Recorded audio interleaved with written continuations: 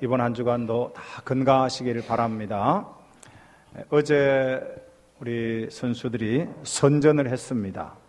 근데 2대1로 패했다는 소식을 저는 아침에 뉴스를 통해서 보았습니다. 라스톱 나 단누, 돈강이라고 하는 도시에 있는 로스톱이라고 하는 도시인데요. 그곳에 36도, 많이 덥죠. 러시아 여름이 참 더워요. 제가 36도에 한 달 정도 이렇게 모스크바에서 지내봤는데 산불이 나가지고 온 모스크바 시내가 뿌여서 호흡곤란한 그런 적도 있었습니다. 여름은 참 덥습니다. 또 여름은 러시아가 참 좋아요. 얼마나 좋으냐. 우리 한국 사람들은 나이를 물으면 옛날 어르신들은 춘추가 몇이십니까? 그러잖아요. 몇 춘추. 봄, 가을 계절이 참 좋거든요. 러시아 사람들은 스콜까 밤렛, 렛도 이거는 여름이에요. 여름이 몇 번 지났습니까? 그렇게 여름이 참 좋습니다. 36도의 그 뜨거운 일기 가운데 우리 선수들이 선전을 했어요. 문재인 대통령 가셔서 또 격려해주고, 그래서 여러분 선수들이 좋은 결과를 우리가 기대를 하고 기도를 하지만 또 질 수도 있고 이길 수도 있어요. 그러나 그분들은 참 수고하고 국위선양하는 거거든요. 그래서 여러분 마음적으로 또 위로해 주시면 참 좋겠습니다. 제가 어렸을 때 불렀던 통일의 노래가 있습니다. 같이 아시는 분들은 한번 불러주면 좋겠고요. 모르시는 분들은 그냥 감상을 해서 좋겠습니다. 우리의 소원은 통일, 꿈에도 소원은 통일, 이 정성 다해서 통일을 이루자. 이 겨울에 설레는 통일,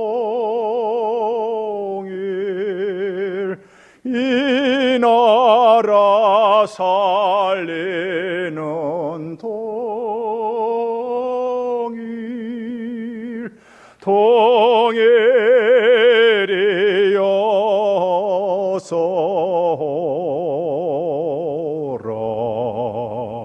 통일이어라.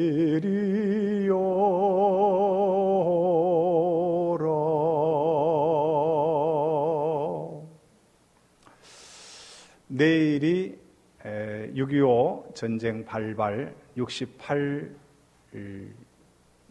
주기입니다. 68년 전에 원치 않게 남북이 전쟁을 했습니다. 다시는 이 땅에 전쟁이 없도록 바라는 마음, 그리고 제가 6월 달에 한 달 내도록 나라에 대한 설교를 해왔습니다. 오늘은 내일 6.25 전쟁 68주년을 앞두고 제가 이 나라에 대한 설교를 좀 하려고 합니다. 그래서 제목을 복음으로 통일되게 하소서. 우리나라가 복음으로 통일되기를 여러분 간절히 기도해 주시기를 바랍니다. 복음 외에는 길이 없어요. 한국 전쟁의 근본 원인은 우리나라에 있는 것이 아닙니다. 남과 북이 대치된 것은 우리의 뜻도 아닙니다. 36년 일제강점기를 지나면서 남북이 나뉘게 되었습니다. 많은 광복군들이 여러분 아시는 대로 중국과 러시아, 이제 7월 말에 우리 연해주를 가는데 우리 젊은 아이들, 청년들 또 가서 밟게 되겠습니다만은 그곳에 가서 군대를 형성을 하고 독립전쟁을 하고 그렇게 했던 것이죠. 근데 이제 45년에 해방을 맞이하면서 북한 쪽에는 소련이 지원을 하고 남한 쪽에는 긴급하게 또 미국의 지원을 받고 16개 연합국의 지원을 받으면서 원치 않게 이 나라가 38선을 중심으로 휴전선을 형성을 하고 남북으로 대치되었고 이 지상에서 가장 원수의 나라가 남북이 되었습니다. 있을 수 없는 일이에요. 우리 의자 아무 상관이 없어요. 우리 민족이 무슨 한이 맺혀가지고 북한 형제들을 죽이고 북한의 형제들이 남한 형제를 죽일 이유가 전혀 없습니다. 그리고 우리는 이데올로기 싸움도 아닙니다. 이데올로기는 우리가 지나오면서 그것이 형성이 된 것뿐이지 이데올로기를 가지고 뭐 싸운 것도 아니에요. 공산주의가 좋다, 자본주의가 좋다 해서 싸운 것도 아니에요. 순전히 미소 양국의 강대국의 싸움에 우리가 그냥 이 나라가 희생을 당한 것이다. 역사는 그렇게 기록을 하고 있고 또 분명하게 그렇게 기록을 하게 될 것입니다. 그래서 앞으로 우리가 이 통일 한국을 바라보면서 우리 교회가 무엇을 어떻게 준비해야 될 것인가를 오늘 말씀을 통해서 좀 보려고 합니다. 오늘은 조금 힘든 설교가 될 수도 있겠고요. 그러나 오늘 6.25 전쟁을 68년 전에 우리가 겪었기 때문에 또 어르신들 가운데는 겪었고 저희들은 또 전후 세대로, 저 같은 경우는 전후 세대로 이렇게 자라오면서 최빈국, 나라가 너무너무 가난해가지고 고무신도 새신을 신으면 그것이 아까워가지고 벗고 다니고 사람 있으면 신고 그랬던 시절입니다. 세발 자전거를 타고 있는 아이들을 보면 너무너무 부러웠던 그런 시절 아니었습니까? 사탕 하나, 눈깔 사탕 하나 주면 그거 깨가지고 옆에 친구들이 나눠주고 그거 얻어먹을 쫄쫄다는 그런 시절을 겪었어요. 배급한 것 받아먹고, 그렇죠? 학교로 국민학교 다니면은 그게 미국에서 온 그 원조 그런 거 받아먹고 또 미군 부대에 가까이 있는 아이들은 미군들 다니면 초콜릿 해가면 초콜릿 얻어먹고 그런 시절을 살았던 거예요. 그렇기 때문에 직관적으로 우리는 다 이렇게 전쟁의 피해자들이기 때문에 우리는 이 통일을 정말로 원하고 전쟁 통일을 원하지 않습니다. 전쟁 통일은 아니야. 평화 통일로 우리가 가도록 우리 교회는 지금까지 교인들이 어느 한 교인치고 이 땅에 전쟁이 나서 통일되도록 기도한 사람 아무도 없다고 생각합니다. 다 평화 통일되도록 남북이 복음으로 통일되기를 간절히 기도해왔고 앞으로 또 기도하시고 그렇게 하다 보면 하나님의 때에 이 나라가 평화 통일될 줄로 믿습니다. 에스겔서는 48장까지를 이루고 있는데요. 제가 에스겔서를 48장까지 쭉 읽어보면서 제일 드라마틱한 장면이 37장입니다. 이 37장은 여러분이 아시는 대로 마른 뼈들이 살아나는 환상으로 시작이 되는 거예요. 자, 37장 1절 한번 보십시오. 1절 보시면 여호와께서 권능으로 내게 임재하시고 그의 영으로 나를 데리고 가서 골짜기 가운데 두셨는데 거기 뼈가 가득하더라 그랬습니다. 에스겔이 나이가 30살이 되었을 때에 25살 때에 바벨론 포로로 끌려가서 5년 후에 30살이 되었을 때에 에스겔에게 환상이 임했습니다. 그 환상이 에스겔 전체를 기록하고 있는데 특별히 37장에 여기 보면 한 골짜기로 데리고 갔는데 뼈가 가득한 골짜기. 그래서 여러분이 아는 대로 에스겔 골짜기 그러면 뼈의 골짜기, 절망의 골짜기, 죽음의 골짜기. 거기에 데리고 가서 2절에 보면 2절 한번 읽어볼까요? 37장 2절 시작. 나를 그 뼈 사방으로 지나가게 하시기로 본즉 그 골짜기 지면에 뼈가 심이 많고 아주 말랐더라. 여기에 많고 말랐더라 하면 되는데 심이 많고 아주 말랐더라 하는 것은 절망도 이런 절망이 없다 그런 말이에요. 이스라엘이 완전히 망해버렸어요. 북이스라엘은 주전 722년에 사마리아의 그 성이 함락이 되어지면서 아시리아에서 망해버려요. 남유다는 예루살렘이 바벨론에서 포기되어지면서 주전 586년에 완전히 망해버렸어요. 그래서 이 예루살렘에 있었던 지도력, 영향력을 끼치는 사람들이 바벨론의 포로를 잡혀가는데 그때에 이 에스겔도 제사장 아들이었거든요. 영향력 있는 젊은이였습니다. 잡혀갔어요. 심이 많은 뼈, 아주 마른 뼈를 바라보면서 3절에 뭐라 했느냐 하면 하나님께서 인자야, 에스겔을 볼 때 인자야 하는 거죠. 인자야, 이 뼈들이 능히 살 수 있겠느냐? 여러분 살 수 있을까요? 뼈들이 완전히 말라 심하는 뼈가 도저히 불가능하죠. 그때에 에스겔이 대답합니다. 주 여호와여, 주께서 아십니다. 주님은 할 수 있습니다.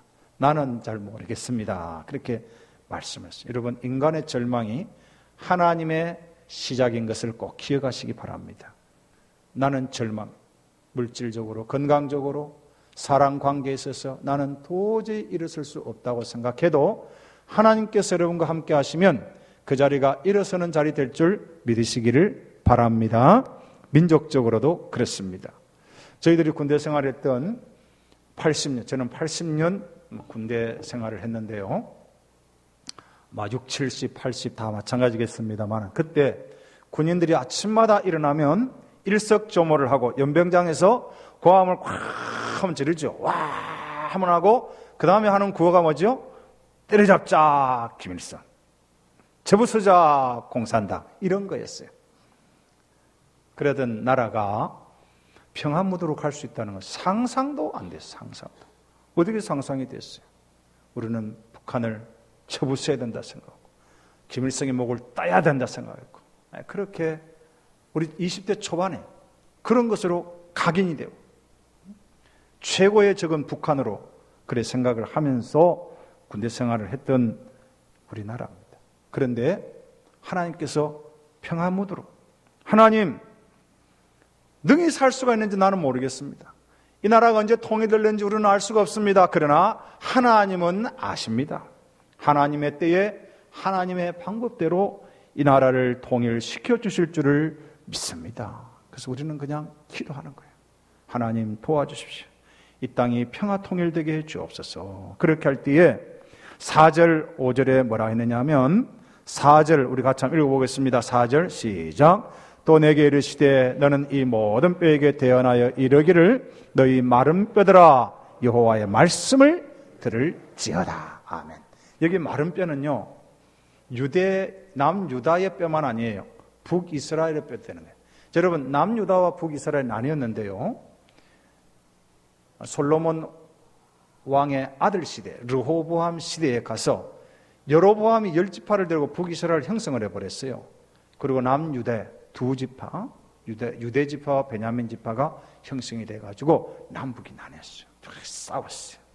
2년 분쟁도 아니에요. 그거는 2년 분쟁도 아니고 철저히 하나님께서 징계하셔서 싸운 거예요. 서로 싸우고. 이 뼈는 지금 에스겔이 본 그 뼈는 어떤 뼈일까요? 남유대인들의 뼈일까요? 북이스라엘의 뼈일까요? 이것은 12지파 전체 뼈입니다. 12지파 전체 뼈. 죽으면 똑같은 거예요. 희망이 절망으로 바뀌어버리면 똑같은 거예요. 남북의 절망이 여기에 다 들어있는 겁니다. 이 뼈는 그런 겁니다. 소망이 없다, 아무 소망이 없습니다 하는 거예요. 여러분 벌써 11절에 보세요. 11절에 보면 또 내게 이르시되 인자야, 이 뼈들은 이스라엘 온 족속, 남유다 북이스라엘 다 포함하는 겁니다. 그들이 이르기를 우리의 뼈들이 말랐고 우리의 소망이 없어졌으니 우리는 다 멸절되었다 하느니라. 절망이래. 남북이 절망 가운데, 절망 가운데. 그런데 하나님께서 하나님의 생기를 그들에게 들어가게 하면 너희가 살아나리라. 여기에 생기는 브레스라고, 브레스. 히브리 말 루아흐라고 하는 것인데 숨이 들어가, 하나님의 숨이 들어가면, 하나님의 영이 들어가면, 하나님의 말씀이 들어가면 이 뼈들이 살아나게 될 것이다. 절망이 소망으로, 희망으로 바뀌게 되어질 것이다. 얼마나 귀한 말씀. 여러분, 그랬어요. 이 복음이 내 개인에게는 위로를 주고 평안을 주지만은요, 이 복음이 사회적으로 확산이 되자면요, 이 민족 공동체가 살아나는 겁니다. 그래서 교회 역할이 얼마나 소중한지 몰라요. 우리는 개인적으로 하나님께 복받고 위로받고 기도하기 위해서 교회로 모이지만요, 하나님이 이 교회에 복을 주시기 시작하면 이 교회를 통해서 이 지역사회가 복을 받고요, 이 민족이 복을 받고요, 남북이 통일의 역사까지 가는 것을 반드시 여러분 믿으시기를 바랍니다. 그래서 우리 교인이 얼마나 중요한 역할을 하는지 아는지 몰라요.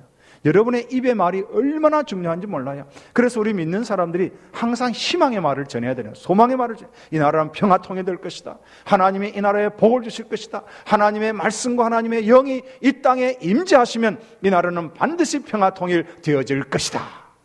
그렇게 믿음을 가지고 늘 기도하시고 신앙생활을 하시기를 바랍니다. 자, 7절을 보십시오. 7절 한번 같이 읽어보겠습니다. 7절 시작. 이에 내가 명령을 따라 대언하니 대언할 때에 소리가 나고 움직이며 입뼈 젖뼈가 들어맞아 뼈들이 서로 연결되더라. 하나님 말씀이 들어가니까요, 입뼈 젖뼈가 연결돼 가지고 사람 형체를 이루는 거예요. 절망이 희망으로 바뀌는 겁니다. 그런데 생기가 없었더라. 8절의 마지막에 보면 생기가 없었어요. 형체를 이루긴 이루는데 생기가 없는 거예요. 여러분, 남북이요, 우리가 나뉘어가지고 이제 이렇게 쭉 세월을 지금 지나고 있는데 남한은 그래도 생기가 있어요. 왜? 말씀이 살아있거든요. 교회들이 살아요. 신구교를 다 합하면 1000만 명 이상의 지금 믿는 사람들이 지금 있습니다. 개신교 성도들이 얼마나 열심히 산에 가면 산에서, 교회 가면 새벽마다 저녁으로 금식하고 나라와 민족을 위해서 간절히 기도하는 사람들이 있기 때문에 이 남한은요, 생기가 있어요. 생기가 있어요. 근데 북한을 이렇게 한 번씩 뉴스를 통해서 보거나 제가 러시아에서 북한의 이렇게 시민들을 만나서 대화를 해보면요, 그들에게는 생기가 없어요. 뭔가 두려움과 경계심과 공포심이 이렇게 있는 것을 보게 됩니다. 여러분, 우리 남한에 주신 이 복음의 역사가 북한에도 그냥 급속히 들어갔어. 그들에게도 생명의 역사가 일어나기를 여러분 간절히 기도해 주시기를 바랍니다. 생기가 들어가요. 하나님 말씀이 들어가고 하나님의 성령이 들어가야 되는 거예요. 그래서 오늘 9절에 보니까요, 또 내게 이르시되 인자야 너는 생기를 향하여 대언하라. 생기에게 대언하여 이르기를 주 여호와께서 같이 말씀하시기를 생기야 사방에서부터 와서 이 죽음을 당한 자에게 불어서 살아나게 하라 하셨다 하라. 10절을 같이 읽습니다. 10절 시작. 이에 내가 그 명령대로 대언하였더니 생기가 그들에게 들어가매 그들이 곧 살아나서 일어나 서는데 극히 큰 군대더라. 할렐루야. 여러분, 남한의 인구가 몇 명이죠? 약 5천만. 북한의 인구가 몇 명이죠? 약 3천만. 합하면 8천만. 여러분, 8천만이 일어섭니다. 여호와의 생기가 들어가가지고 8천만이 일어서게 되면요, 극히 큰 군대가 되는 거예요. 그래서 강대국이 우리 남북한이 통일되는 것에 대해서 촉각을 곤두세우는 거예요. 이걸 통일을 시켜야 되냐 말아야 되냐 굉장히 긴장하고 있는 거죠. 극히 군대가 되어버리거든요. 그런데 우리는 이 환상을 붙잡아야 되는 거예요. 하나님께서 남북을 통일시켜서 우리를 극히 큰 군대라는 싸움꾼 군대로만 이야기하는 것이 아니라 다 들어가는 거예요. 경제적으로도 교육적으로도 국방력으로도 여러 가지 영향력이 있어서 우리 남한이 지금 이렇게 세계 선교의 퍼센테이지로 제2위국이 되었다고 하지 않습니까? 남북이 통일되어가지고 그 교회가 다시 건축이 되고 평양에 다시 부흥의 일길이 일어나고 지하교회들이 막 살아나고 이렇게 되면 아마 제1선교국으로 바뀔 수도 있어요. 그렇게 놀라운 역사가 나타날 것이기 때문에 옆에 있는 다른 강대국들은 우리나라를 지금 상당히 지금 신경을 쓰고 있는 거예요. 그걸 우리가 알고 계시지 않습니까? 자, 보십시다. 15절에 가면 여호와의 말씀이 또 내게 임하여 이르시되 16절에 인자야, 우리 16절 17절을 같이 했습니다. 시작.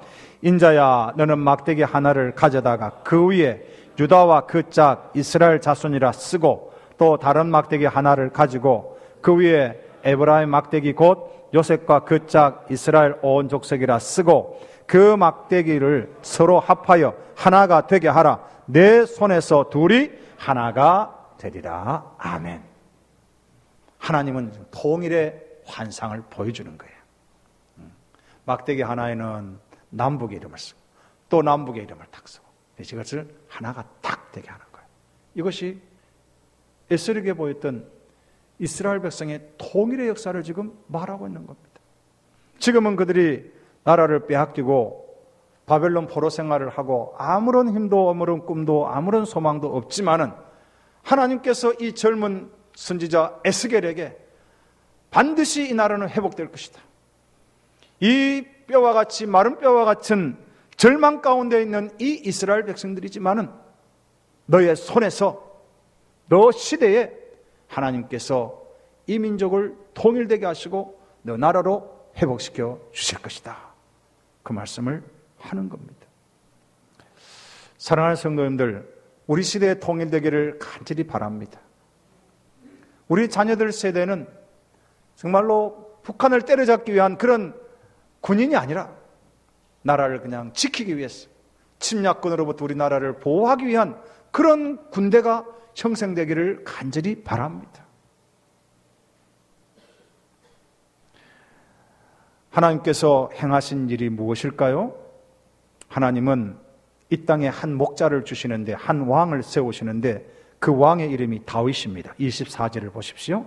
24절 우리 같이 한번 읽어보겠습니다. 24절 시작. 내 종 다윗이 그들의 왕이 되리니 그들 모두에게 한 목자가 있을 것이라. 그들이 내 규례를 준수하고 내 율례를 지켜 행하며, 25절 마지막이다 보니까 내 종 다윗이 영원히 그들의 왕이 되리라 그랬습니다. 이게 다윗이 누굴까요? 이 다윗은 다윗의 혈통으로 오시는 예수 그리스도를 말하는 것입니다. 그러면 이 나라의 진정한 왕이 누가 되어야 될까요? 그것은 예수 그리스도라는 거예요. 예수 그리스도가 이 땅의 진정한 왕이 될 때에 남북의 평화 통일이 되어지고 완전한 통일이 이루어질 줄 믿습니다. 그 일을 위해서 우리 믿는 사람들이 복음을 열심히 전해야 되는 거예요.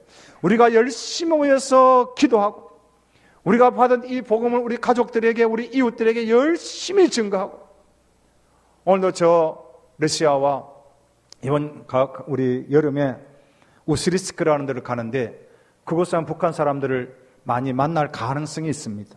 그곳에 탈북자들이 많이 와 있어요.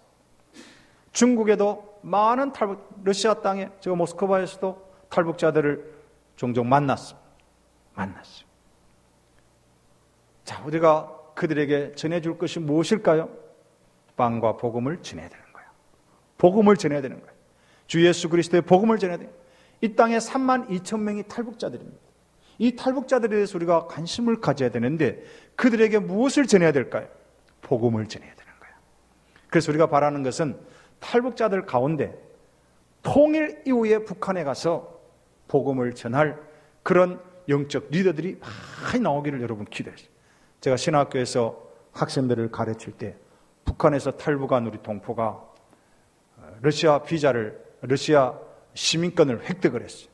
그래가지고 그분이 러시아 이름으로 개명을 했어요. 그래서 복음을 듣고 목사 안수를 줬어요. 그리고 지금도 그분은 러시아에 왔다 갔다, 북한에 왔다 갔다 하면서 복음을 전하고 있어요. 이런 사람들이 많이 나오기를 우리는 기도하고, 또 그런 일을 하는 사람들을 우리가 많이 후원하고 협조해야 되지 않겠습니까? 한 왕이 세워진데 그 왕은 다윗이에요. 다윗은 다윗의 혈통으로 나오신 예수 그리스도의 복음이 이 땅을 다스려야 된다는 것입니다. 자, 그 일을 위해서 우리가 오늘 해야 될 일이 무엇일까요? 23절입니다. 우리 23절을 같이 한번 읽어보겠습니다. 23절 시작. 그들이 그 우상들과 가증한 물건과 그 모든 죄악으로 더 이상 자신들을 더럽히지 아니하리라. 내가 그들을 그 범죄한 모든 처소에서 구원하여 정결하게 한즉 그들은 내 백성이 되고 나는 그들의 하나님이 되리라. 아멘. 여기에서 우리가 준비가 되어야 되는데요. 그 준비는 내적인 준비입니다. 여러분, 1945년 8월 15일 날 우리나라가 해방이 되었습니다. 독립이 되었다죠. 그런데 진정한 독립이 이루어지지를 못한 것이 무엇이냐면 내적으로 준비를 못한 것입니다. 내적으로 준비를 못했어요. 미국이 원자폭탄을 히로시마에 투하를 하고, 그래서 그곳에 일본 전황이 항복을 하고 그냥 8월 15일 날 우리나라에 해방이 되어버린 거예요. 그러다 보니까 준비가 전혀 없었던 거예요. 준비가 전혀 없으니까 남한은 완전히 정신이 없었죠. 그래서 친일파를 다시 고용을 하고 경찰, 군대 이런 데다가 친일파를 다시 넣고 그러면서 나라가 얼마나 어지러워져. 북한은 소련을 등에 업고 나름대로 준비를 하고 3일 만에 이 남북을 그냥 하나로 만들겠다고 쓸어내려오고, 준비가 안 되면은요, 준비가 안 되면 해방이 되어도요 진정한 독립을 맞이를 못하는 거예요. 마찬가지입니다. 앞으로 우리가 평화 통일을 바라보지만요 준비해야 돼요. 근데 교회적으로 무엇을 준비해야 되냐? 우리 교회가 이 시대에 무슨 영향력을 미쳐야 되느냐 하면 내적으로 준비를 해야 돼요. 그 내적인 준비는요 회개하는 겁니다. 회개가 뭡니까? 오늘 읽었던 23절에 우상과 가증한 물건과 모든 죄악으로 우리 자신을 더 이상 더럽히지 않아야 되는 거예요.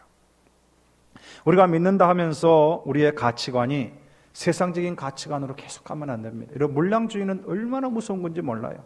우리 목회자들도요 정말로 하나님 말씀으로 자꾸 안 돌아가면 물량주의로 빠지는 겁니다. 뭡니까? 목회 성공을 어디다 맞추는 거예요?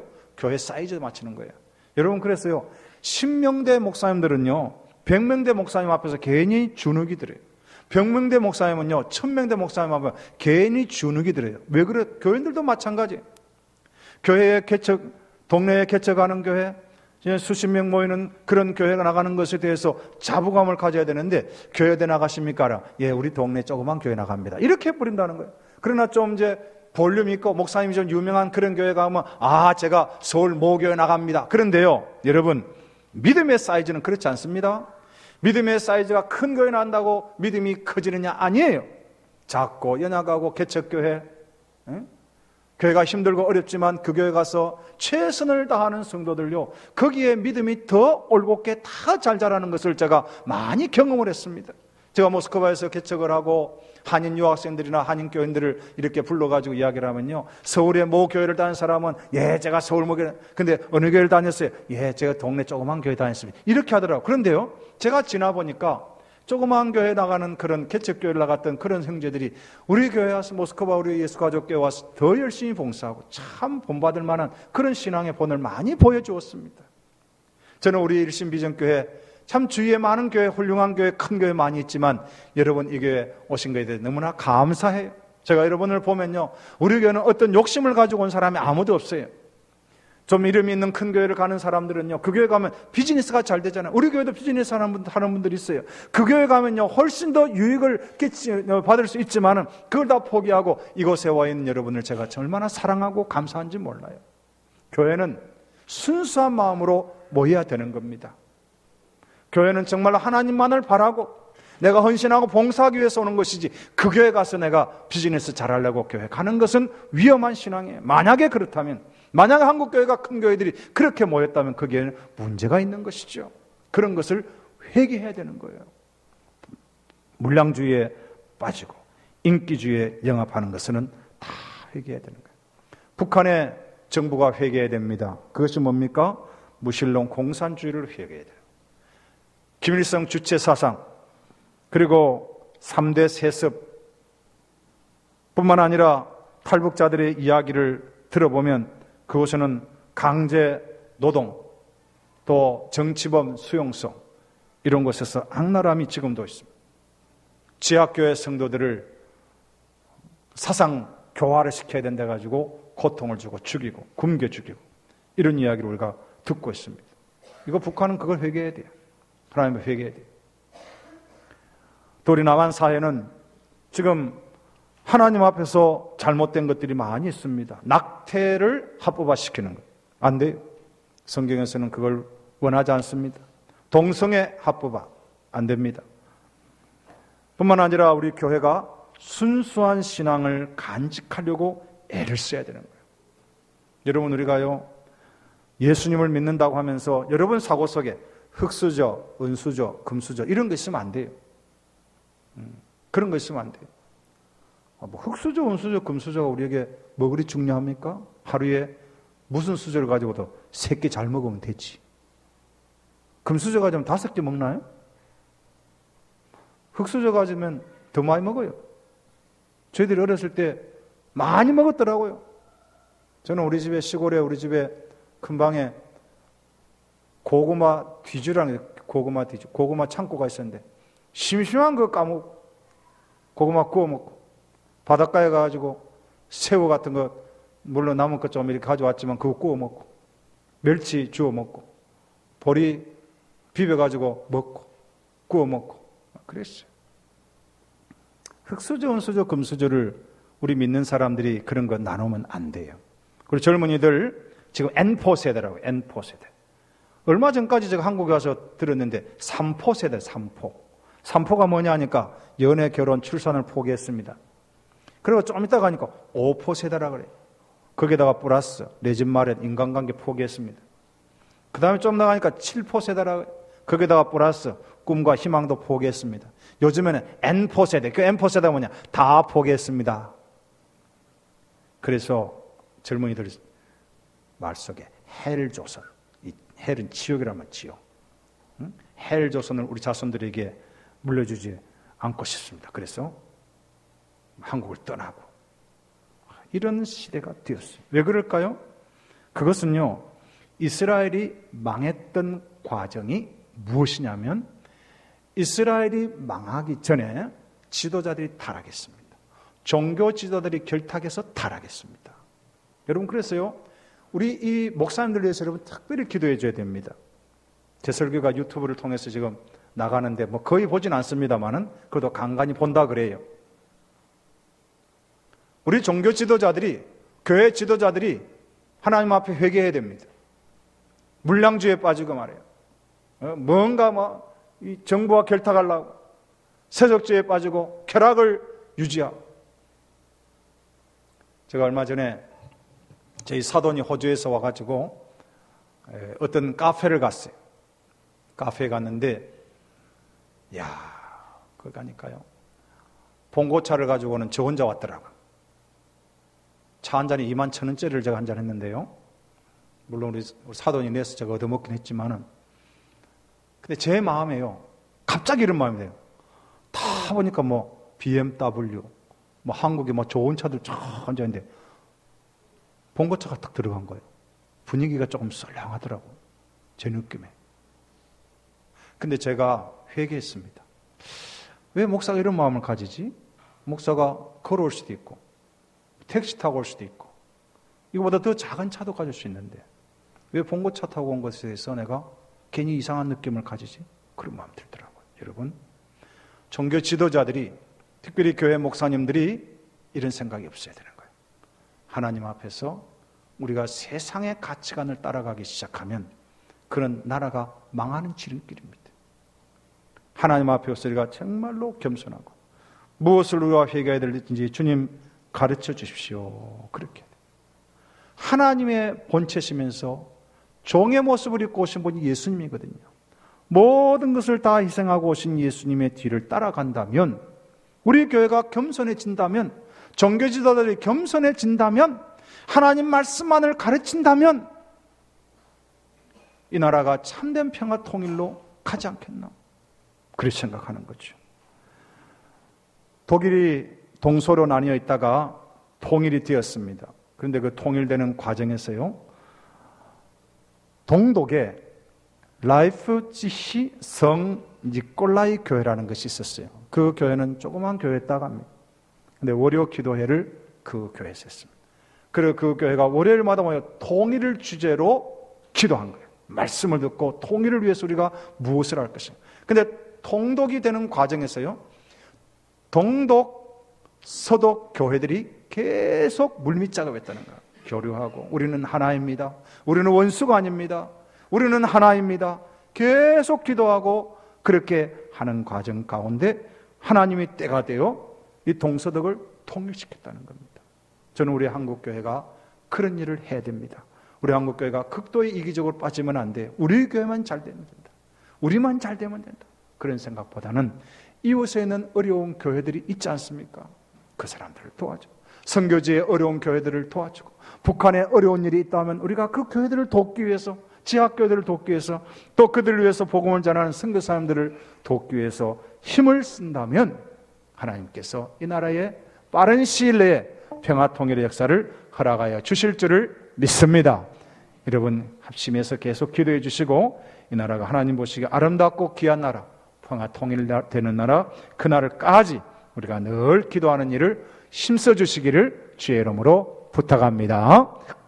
기도하겠습니다. 하나님 아버지, 감사합니다.